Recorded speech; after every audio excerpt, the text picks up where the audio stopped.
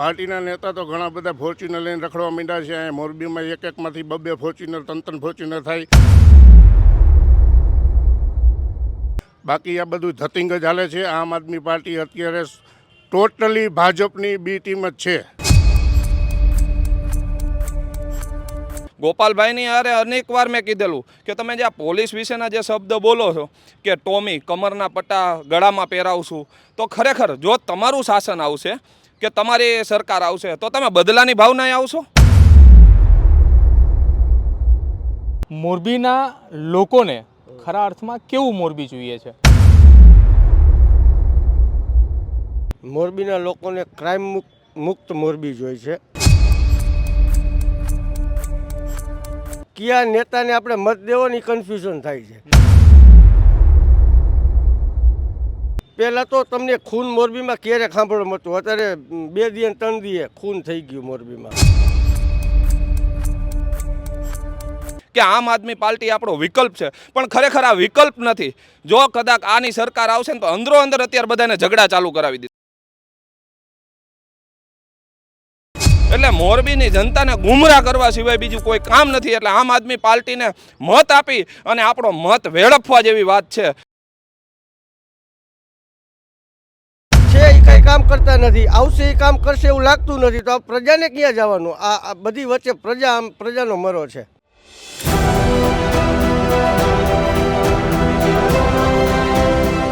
હજુ સુધી તમે અમારી ચેનલને સબસ્ક્રાઇબ નથી કરી તો અત્યારે જ ન્યૂઝરૂમ ગુજરાતને સબસ્ક્રાઇબ કરો, ફેસબુક અને ઇન્સ્ટાગ્રામ પર ફોલો કરો.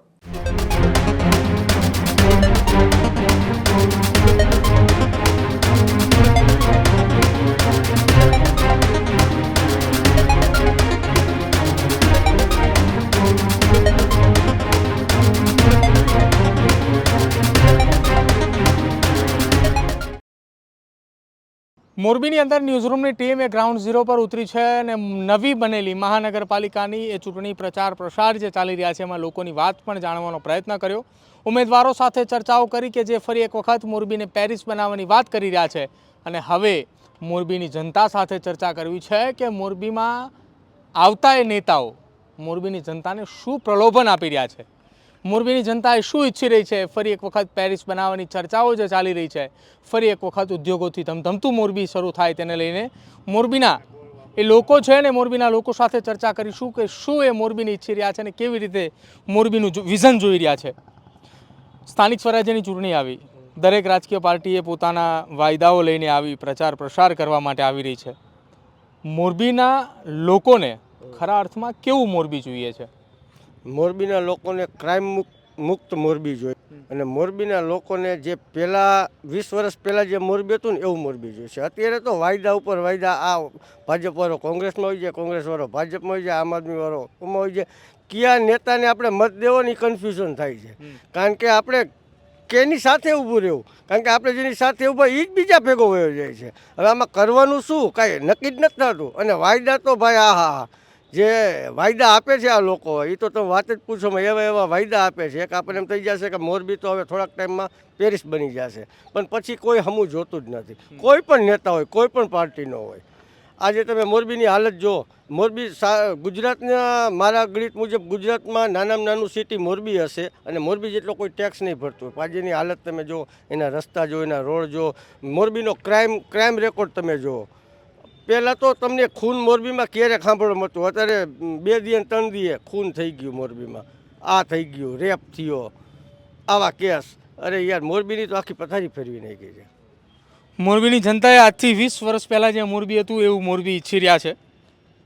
મારી સાથે હવે જે વાતચીત કરવા માટે જોડાય છે એમનો પરિચય એ મોરબીની જનતા જાણે છે કે આમ આદમી પાર્ટીની અંદર વર્ષોથી સક્રિય કાર્યકર્તા તરીકે મહેનત કરી, પાર્ટીએ હોદ્દો તમામ વસ્તુ આપી, પરંતુ બરાબર ચૂંટણીને 2 મહિના 2.5 મહિનાનો સમય હતો અને રાજીનામું આપી અને અત્યારે એ સામાન્ય નાગરિક તરીકે, કોઈ રાજકીય પક્ષની અંદર નથી, એક સામાજિક આગેવાન તરીકે સમાજના કાર્યો કરી રહ્યા છે.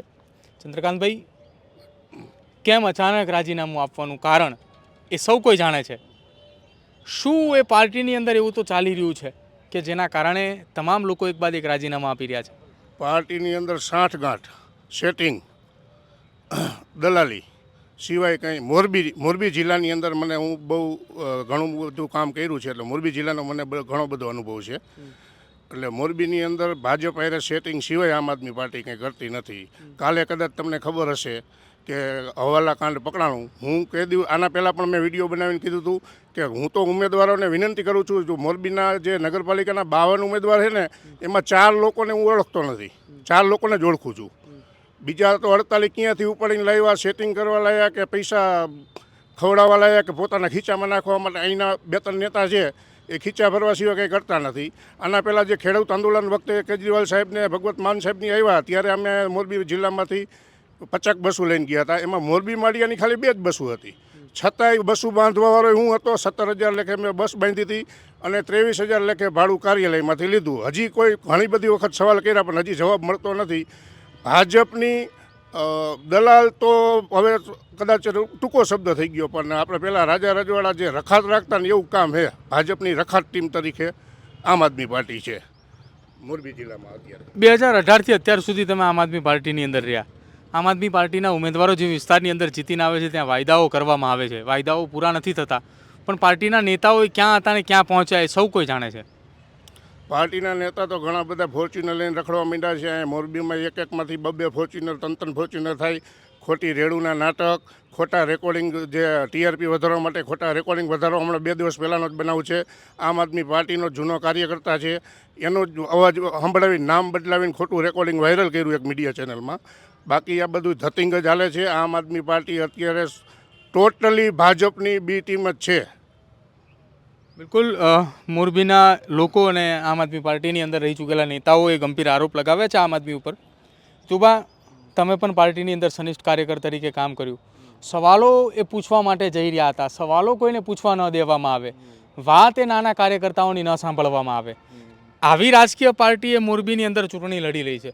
મોરબીની જનતાને શું અપીલ કરશો?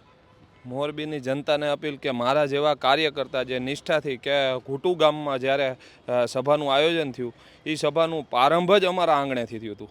તો ત્યારે બહોળી સંખ્યામાં લોકો જોડાયા હતા મારી જોડે. અને જ્યારે એ આયોજન કર્યું ને પહેલો નંબર આવ્યો, દિલ્હીની ટીમે નોંધ લીધી. અને જ્યારે બાપા સીતારામ ચોકમાં જ્યારે સભાનું આયોજન કર્યું એ પહેલાં મેં 2 દિવસ પહેલાં વિડીયો બનાવેલો કે ભાઈ રાજુભાઈ કરપડા જેવા વ્યક્તિ જો અંદર હોય તો પહેલાં એને છોડાવવાનું કરો. મેં અંદર ઘણીવાર રજૂઆત કરી કાર્યાલય મોરબીની કે ભાઈ આપણે આવેદનપત્ર આપીએ કલેક્ટર સાહેબને અને રાજુભાઈ કરપડાને છોડાવીએ અને પછી આપણે સભાનું આયોજન રાખીએ. પણ ના, પોતાની પ્રસિદ્ધિ મેળવવા માટે થઈ કોઈ પણ હદે પહોંચવા તૈયાર હતા. અને જ્યારે ગોપાલભાઈની સભા હતી, ગોપાલભાઈની અરે અનેકવાર મેં કીધેલું કે તમે જે આ પોલીસ વિશેના જે શબ્દ બોલો છો કે ટોમી, કમરના પટ્ટા ગળામાં પહેરાવશું, તો ખરેખર જો તમારું શાસન આવશે કે તમારી સરકાર આવશે તો તમે બદલાની ભાવનાએ આવશો, તો અહીંયા ગુંડારાજ આવશે.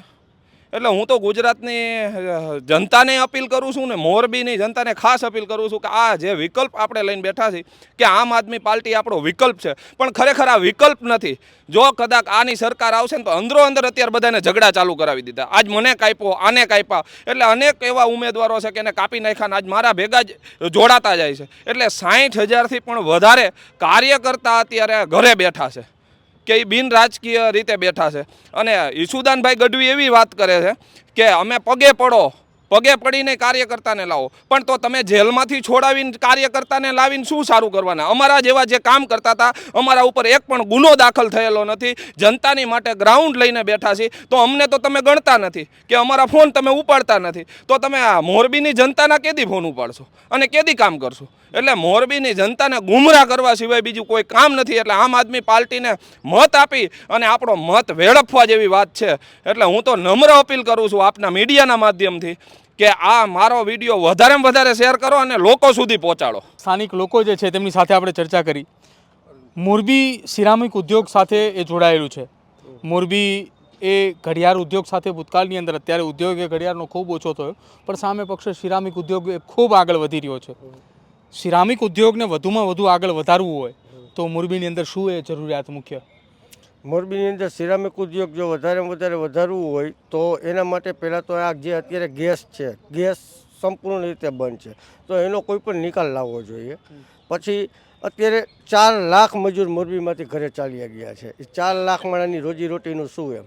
આ ઉપર લેવલે આ પ્રશ્નની રજૂઆત કોઈ પણ એક પાર્ટીને એના માથે લઈને એને રજૂઆત કરવી પડે કે આ 4 લાખ મજૂર અહીંથી વયા ગયા છે, એમની રોજીરોટીનું શું? ગેસના પ્રશ્ને અને આ ઇમ્પોર્ટ એક્સપોર્ટ બંધ છે અત્યારે, આ બધા પ્રશ્નના નિકાલ કરવા પડે તો મોરબી પાછું સોનાની ચીડિયા, જે આપણે ભારત સોનાની ચીડિયા કહેવાતું ને એવું મોરબી સોનાની ચીડિયા થઈ શકે એમ છે. પણ એના માટે સ્થાનિક જે ઉમેદવાર છે એ સક્ષમ ઉમેદવાર જોઈ છે. હવે સારો ઉમેદવાર કેને કહેવો ને એ નક્કી નથી થતું કે જે ભાઈ છે એ કંઈ કરી શકતા નથી, જે આવશે એ પણ કરશે એવું લાગતું નથી. તો હવે જવાનું ક્યાં પ્રજાને?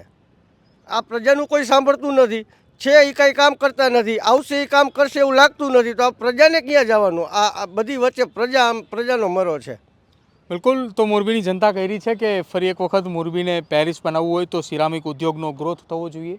મોરબી એ પહેલાં હતું એની જેવું, એટલે કે લગભગ આજથી 20 વર્ષ પહેલાં જે મોરબી હતું કે જ્યાં મોરબીની અંદર લોકોએ સુરક્ષિત હતા, એવું મોરબીની જનતા માગી રહી છે. જે વિરોધ પક્ષની ભૂમિકાની અંદર એ પાર્ટીઓ આવી રહી છે, એ કોંગ્રેસ હોય, આમ આદમી પાર્ટી હોય કે અન્ય કોઈ નવી પાર્ટીઓ, તેની સામે આમ આદમી પાર્ટીની અંદર જોડાયેલા 2 નેતાઓની સાથે પણ વાતચીત કરી. તેમણે પણ કહ્યું કે પાર્ટીની અંદર શું ઘટનાઓ બની રહી છે, જો એમનું શાસન આવશે તો ગુંડારાજ આવશે, આ પ્રકારના ગંભીર આરોપ પણ લગાવવામાં આવ્યા છે. હવે જોવાનું રહેશે, મોરબીની જનતાએ નક્કી કરવાનું છે કે મોરબીની રાજગદ્દી ઉપર મોરબીની જનતાએ કોને બેસાડે છે, કોણ બને છે મોરબીના મેયર અને કઈ રાજકીય પાર્ટીનું શાસન મોરબીની પ્રથમ મહાનગરપાલિકાની અંદર આવે છે. કેમેરા પર્સન સુનિલની સાથે પ્રદીપ પટેલ, ન્યૂઝરૂમ ગુજરાત, મોરબી. હજુ સુધી તમે અમારી ચેનલને સબસ્ક્રાઇબ નથી કરી તો અત્યારે જ ન્યૂઝરૂમ ગુજરાતને સબસ્ક્રાઇબ કરો, ફેસબુક અને ઇન્સ્ટાગ્રામ પર ફોલો કરો.